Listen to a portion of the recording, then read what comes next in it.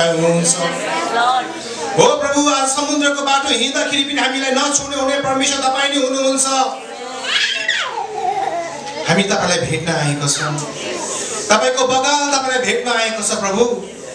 हुन दिनुहोस्, तपाईको आत्माले अब एक जनालाई छुनुहोस्, एक जनालाई छुनुहोस्, एक जनालाई छुनुहोस्, हृदयलाई छुनुहोस्, शरीरलाई छुनुहोस्, मन्द बुद्धिलाई अब खोलिदिनुहोस् प्रभु।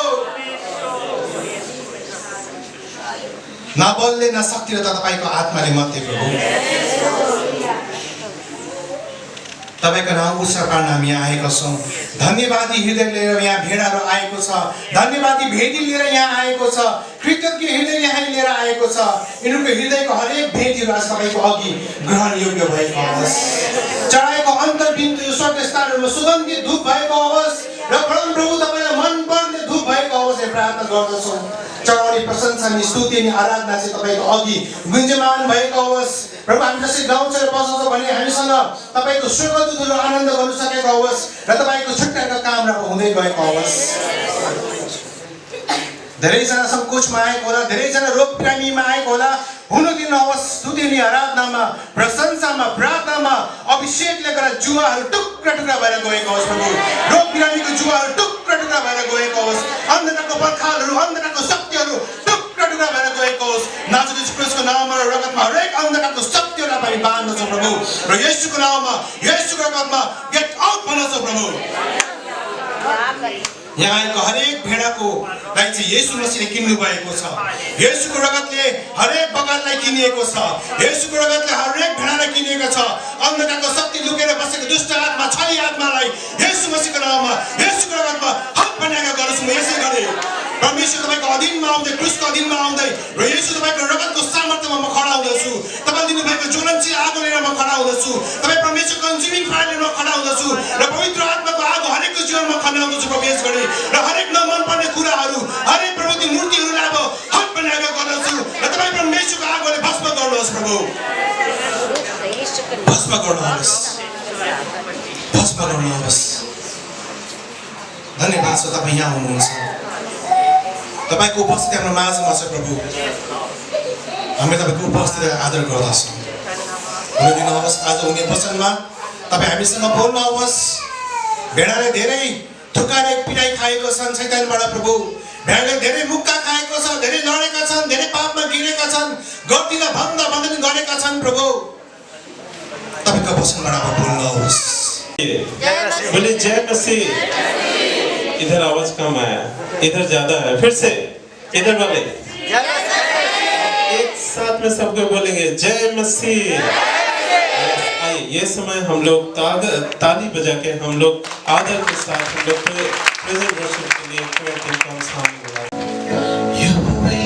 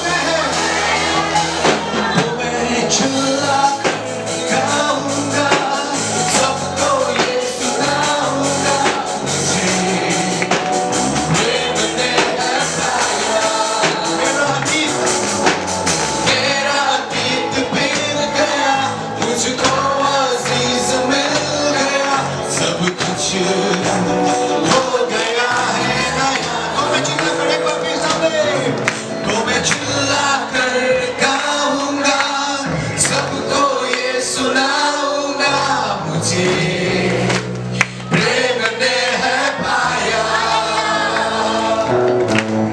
मेरा गीत बीत गया, मुझको आशीष मिल गया, सब कुछ हो गया है, सब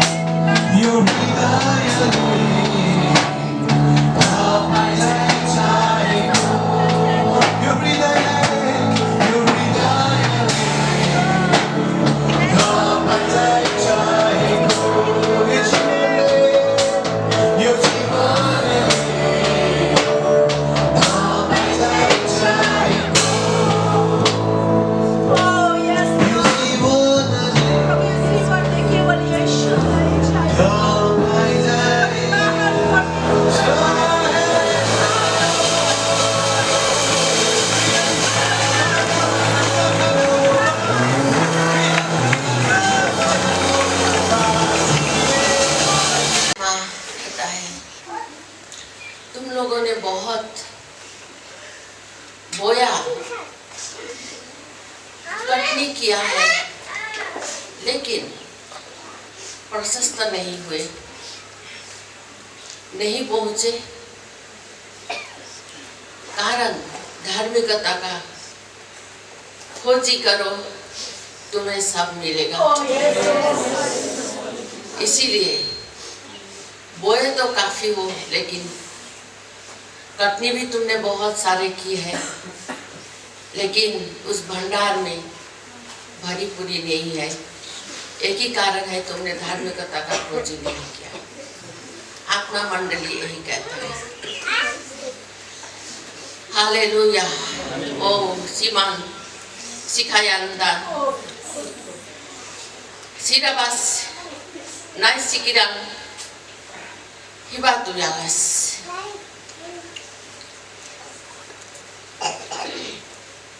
हालेलुया।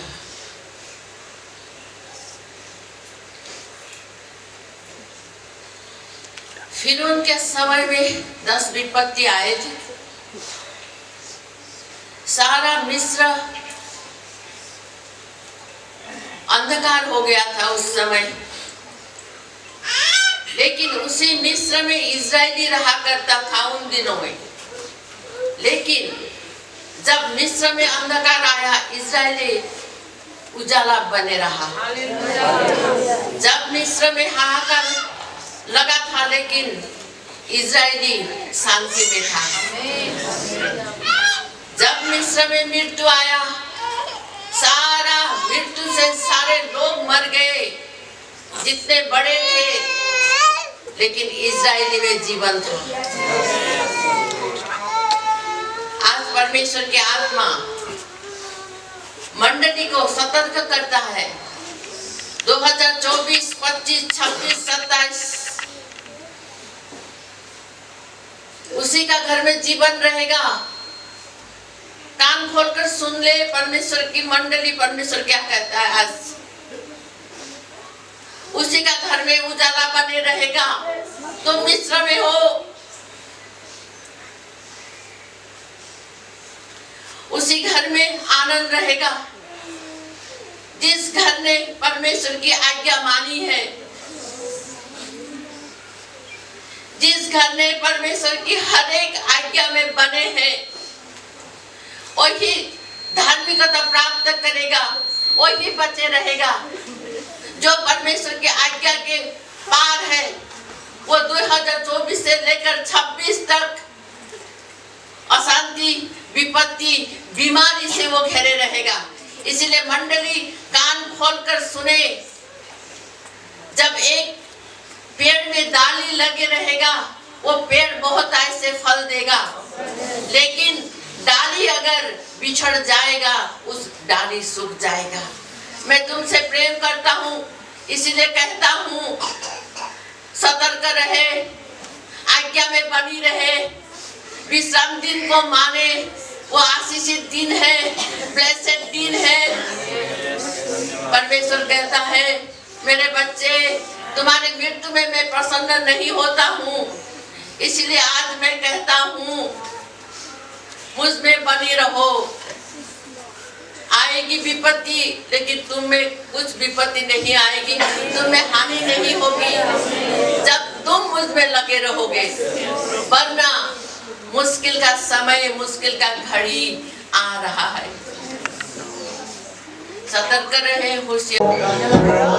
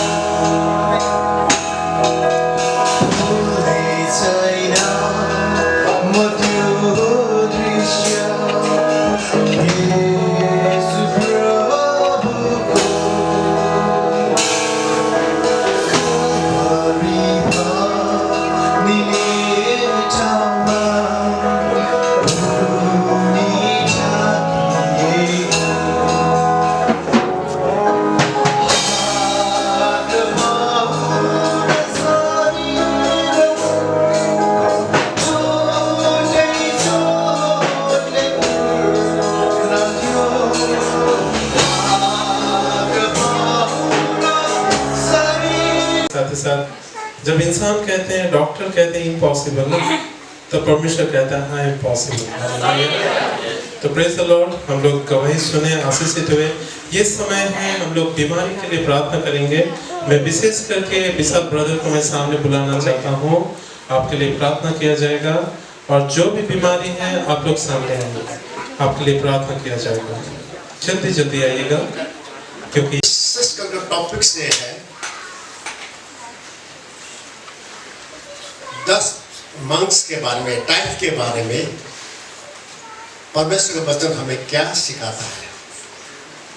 10 मंक्स के बारे में बाइबलीय शिक्षा क्या है हमें जानना बहुत ही जरूरी है। मैंने ऐसा क्यों कहा? क्योंकि हमें हर एक चीज का ज्ञान होना जरूरी है।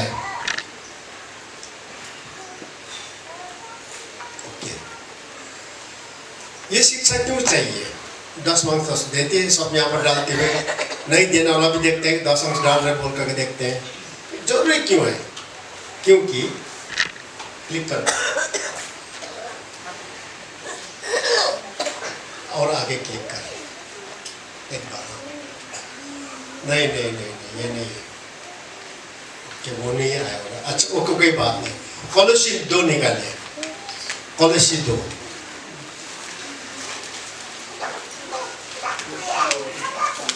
2 का 8 पढ़ रहे। कॉलोसी 2 का 8, चौकस रहो कि कोई तुम्हें उस तत्व ज्ञान और व्यर्थ धोखे के द्वारा अपना अहेर ना बना ले जो मनुष्य की परंपराओं और संसार की आदि शिक्षा के अनुसार तो है, पर मसीह का अनुसार नहीं। आजकल शिक्षा ऐसा हो गया, आमतौर पर हमारा बात नहीं कर रहा हूँ, हमारा भी शामिल है, और बाकी देखो, बाकी मंडली में देखो, यूट्यूब देखो, जहाँ पर हंसने का बात होता है, जहाँ पर ज्यादा क्या बोलता है किस्से के बात होता है, वहां पर तुम लोग मतलब अटेंटिव होकर के पसंद को सुनता है। लेकिन जहां पर बाइबल के रहस्य की बात होता है, वहां पर लोग ऐसा करते हैं, आंख मलने लगता है।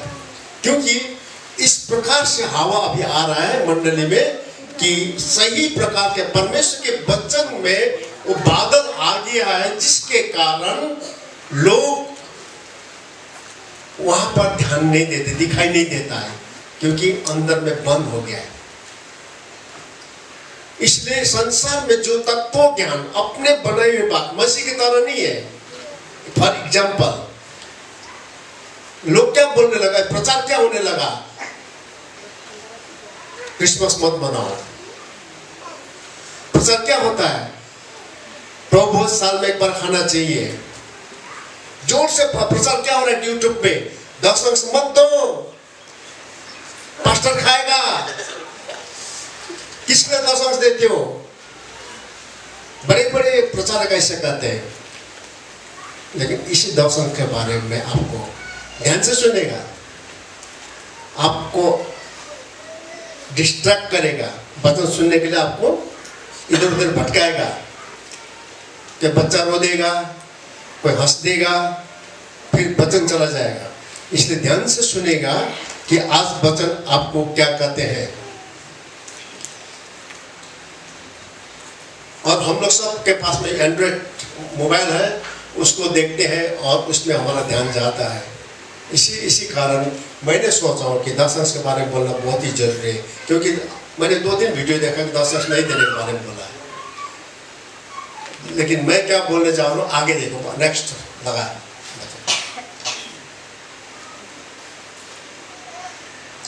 जेनेसिस 14 का 17 से 24, उत्पत्ति 17,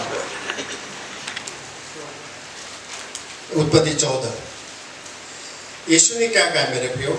यीशु ने कहा कि यूहन्ना 10 के 27 में यीशु ने ऐसे कहा कि मेरे भेड़े, हम लोग क्या है? यीशु के भेड़े, मेरे भेड़े मेरी आवाज को पहचानता है।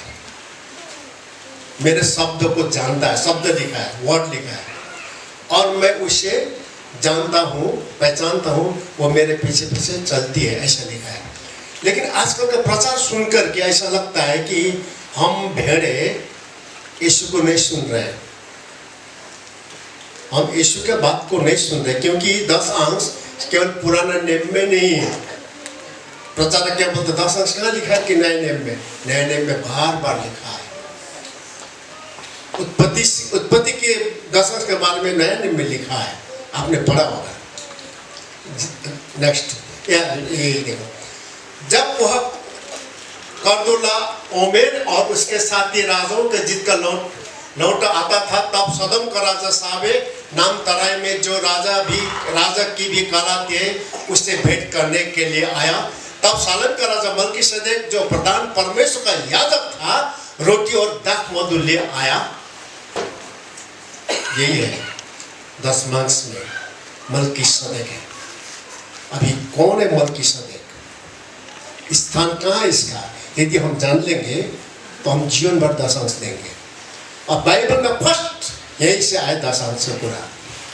नेक्स्ट मल्कीसेदेक को जब हम हिब्रू पढ़ते हैं, हिब्रू में ऐसा लिखा है,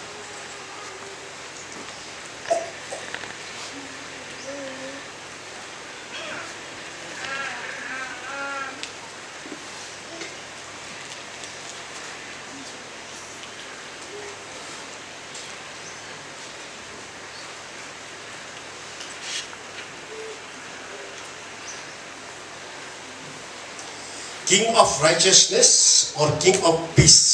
हिब्रू साथ में लिखो, हम बाद में पढ़ेंगे। जब मैंने ये पढ़ा तो मेरा यहाँ टक्कर लगा।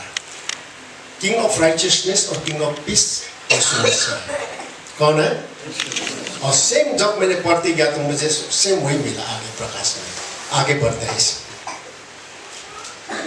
तो जब इस प्रकार से शिक्षा आते हैं, जब हम बाइबल तो पढ़ते, जब हम नहीं समझते ना क्या लोग बोल रहे हैं, हम उसी में जब हम जाते हैं तो हमारा दिमाग में खलबल होता है। हम जो विश्वास कर रहे थे, हमारा विश्वास ढलफल हो जाता है। लेकिन बाइबल एक कहते हैं, रोमी 1:17 में कहता है कि विश्वासी धार्मिक जन विश्वासी स्थिर रहेगा। लेकिन ये स्थिरपना, ये धार्मिकपना जो है, स्थिरपना जो है, 10 दुनिया के जो यूट्यूब में आते हैं, वो देख करके, वो सुन करके हमारा विश्वास ढलफल हो जाता है। नहीं होना चाहिए। हालेलुया। हमारा विश्वास, बोलिए, हमारा विश्वास बाहरी शिक्षा से ढलपल नहीं होगा। एक दूसरा, नेक्स्ट देखा, ये इसको छोड़ दे, नेक्स्ट देखा, इस लास्ट पे करेंगे। ये जेनेसिस 28 के 18-12 में, जब हमने अभी 14 देखा, उसके भी 14 के बाद में 28 आता है। 28 देखते समय में याकूब कौन है? अब्राहम का पोता है। अब्राहम के बेटा इसहाक, इसहाक का बेटा कौन है? याकूब है। और याकूब के संतान कौन है? लेवी। कौन है? जितना भी आज तक में 10 अंश देते हैं, लेवी को जाता है। लेकिन रहस्य की बात है, मल्कीसेदेक को क्यों दिया? आगे हम पढ़ेंगे। अब यहाँ पर ऐसा है, भोर को याकूब तड़के उठा और अपने तकिया का पत्थर लेकर उसका खंभा खड़ा किया और उसके सिर पर तेल डाल दिया, और उसने उस स्थान का नाम बेतल रखा, पर उस नगर का नाम पहले लूज था। और याकूब ने यह मन्नत मानी कि यदि परमेश्वर मेरे संग रहकर इस यात्रा में मेरी रक्षा करे और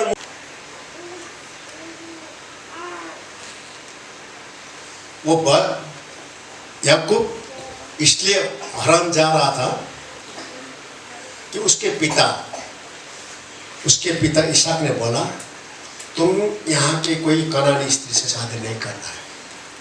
कनानी स्त्री बहुत सुंदर सुंदर थी उस समय में, अन्य जाति होने के कारण पिता ने बोला, तुम कनानी स्त्री को शादी नहीं करोगे, तुम जा हरान में विद्युत के घर में जा, लाबन के लड़की बेटी से शादी कर दो।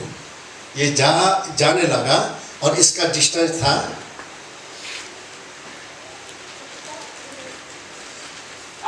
बेसरबस है हरान 450 मील दूरी था। 1 किलोमीटर भी नहीं, 1 किलोमीटर में 1 माइल में 1 किलोमीटर से ज्यादा होता है मेरे प्रियो। तो अकेला आदमी इतना दूर जाते समय में इसने हेब्रोन को तो क्रॉस कर दिया, हेब्रोन को यहाँ पर क्रॉस कर दिया, लेकिन यहाँ जाने पर ये नहीं सका। तो ये वहीं पर सोता है, रात में विश्राम करता है। और विश्राम करते समय सपना दर्शन देखते हैं।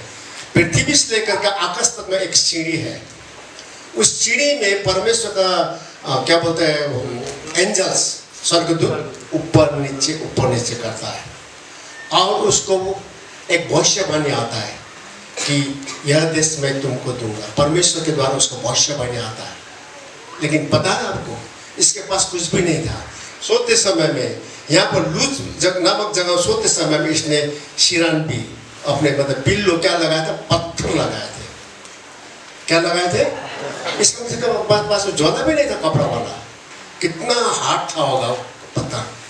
और सुबह उठने के बाद में इसने उस पत्थर को खड़ा किया, उसके ऊपर में तेल डाला और प्रार्थना किया। और उसने एक वाचा किया, इस जगह का नाम इसने बेतेल रखा, परमेश्वर का घर, परमेश्वर की उपस्थिति यहाँ पर हुआ था। इसने क्या वाचा रखा देखे,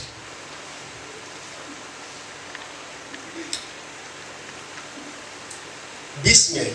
और याकूब ने मन्नत मांगी कि यदि परमेश्वर मेरा संग्रह करे, इस यात्रा में मेरी रक्षा करे। नंबर 1 क्या मांगा उसने? यात्रा में रक्षा। दूसरा, मुझे खाने के लिए रोटी दे। उसके पास कुछ भी नहीं थी बेचारा, खाने के लिए क्या मांगा? रोटी। और पहनने के लिए कपड़ा, एक ही कपड़ा था होगा। आगे का, और मैं अपने पिता घर में कुशल क्षेम से लौटा हूं, तो यहोवा मेरा परमेश्वर ठहरेगा। मैं तो जा रहा हूं 450 मील है, फिर मैं जब वापस आऊंगा तब मैं समझूंगा ये मेरा परमेश्वर है। और अंत में कहा, और पत्थर को खड़ा कर उसने कहा, यह परमेश्वर का भवन ठहरेगा। और जो कुछ तुम मुझे दे उसका 10 मांस मैं और शायद तुझे दिया करूंगा। मैं बस आते समय मेरे पास जो कुछ भी होगा मैं उसको किसको दूंगा? परमेश्वर को दूंगा। किसने कहा? याकूब ने, जिसके पास कुछ भी नहीं था। इसीलिए याकूब और अब्राहम बहुत धनी हुआ। और ये धनी जो हुआ ना, उनका जो ये परमेश्वर आशीष मिला, चलते चलते चलते आगे दाऊद और भी धनी हुआ। 10 अंश देने वाला, 10 अंश देने वाला है कि जो हेरिडेटरी आते हैं, उसका जो वंशगत आते हैं, आगे तक में क्या होगा? आशीषित होते हैं। हम बाइबल में पाते हैं। किसमें पाते हैं? हम सदम के राज्य के बारे में ऐसा नहीं पाते हैं, उनका वंश में पता नहीं चलता है। लेकिन अब्राहम के वंश के बारे में पता चलता है कि कितना धन था। अभी याकूब सॉरी जेनेसिस 30 निकालिए। आपका 24 घंटे में आपने कितना दशक देना है प्रभु को? 2 घंटा 40 मिनट। इसको 10 से भाग कर दो, 2 घंटा 40 मिनट आता है। अभी 2 घंटा 40 मिनट आप बाइबल पढ़ते रहोगे, गीते गाते रहोगे, ऑफिस आप एब्सेंट हो जाओगे। इसको डिवाइड करो, 1 घंटा 20 मिनट सुबह, 1 घंटा 20 मिनट शाम को।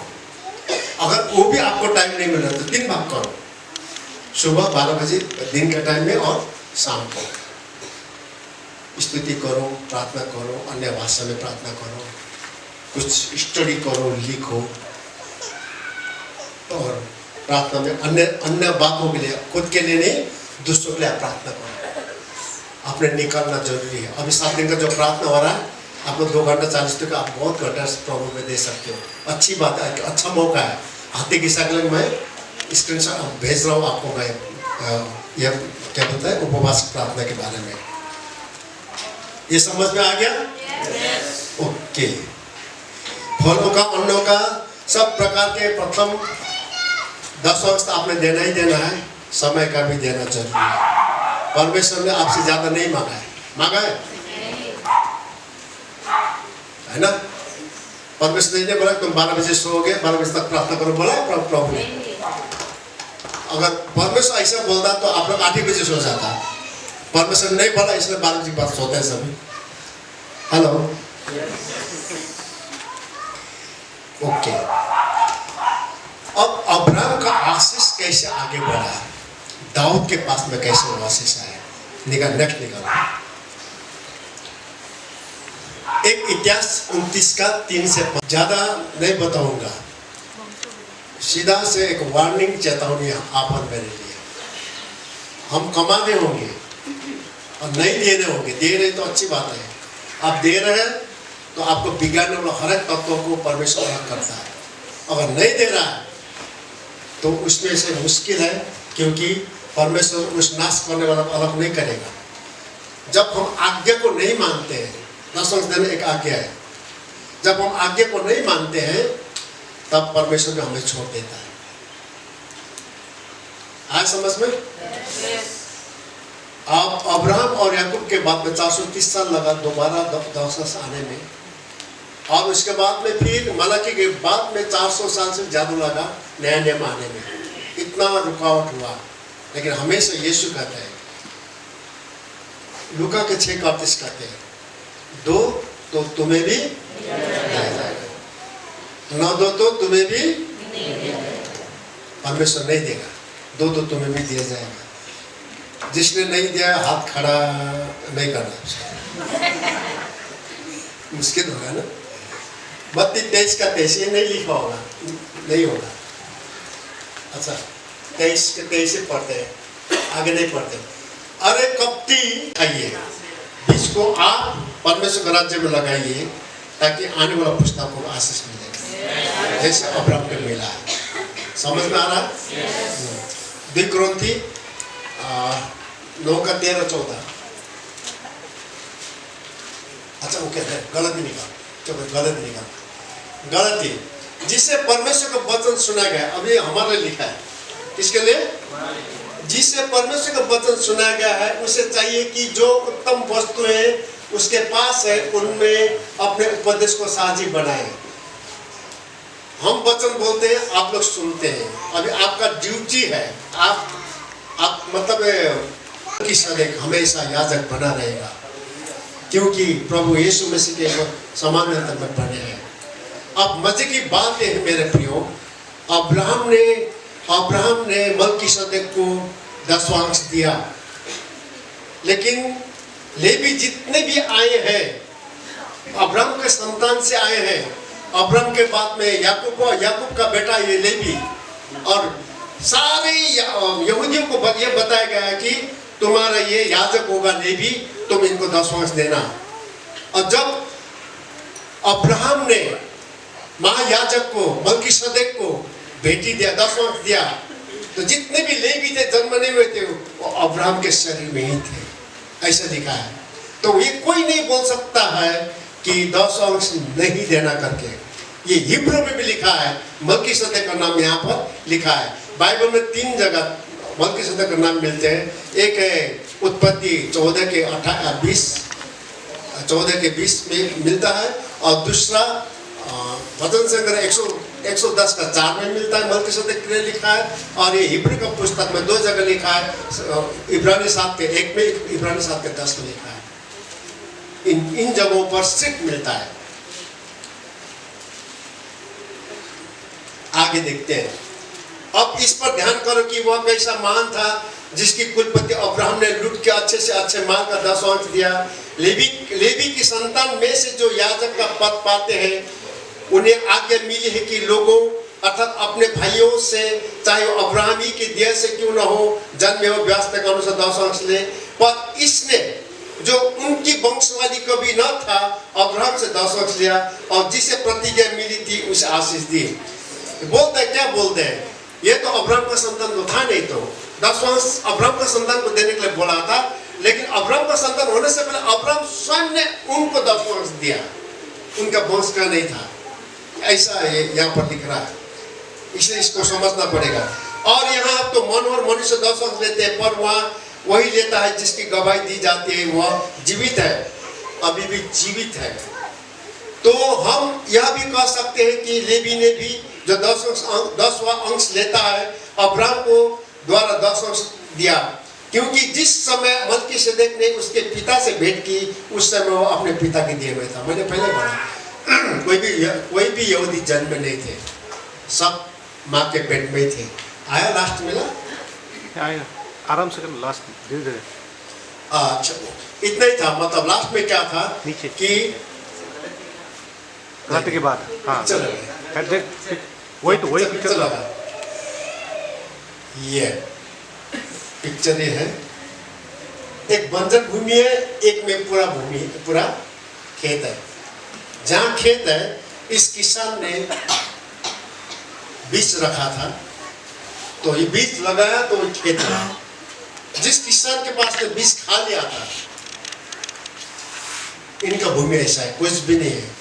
आज हम आशीषित लोग हैं। कैसा लोग हैं? हमें पूरा आशीष दिया है। अभी हमें आशीष दो बोलना नहीं पड़ेगा, वो आशीष दे चुका है। लेकिन हम उस आशीष को यूटिलाइज करना चाहिए। उस आशीष को पाने के लिए हमें परमेश्वर के साथ में होकर के काम करना पड़ेगा। हम खा देंगे, आशीष मांगने से होगा? हेलो, नहीं होगा।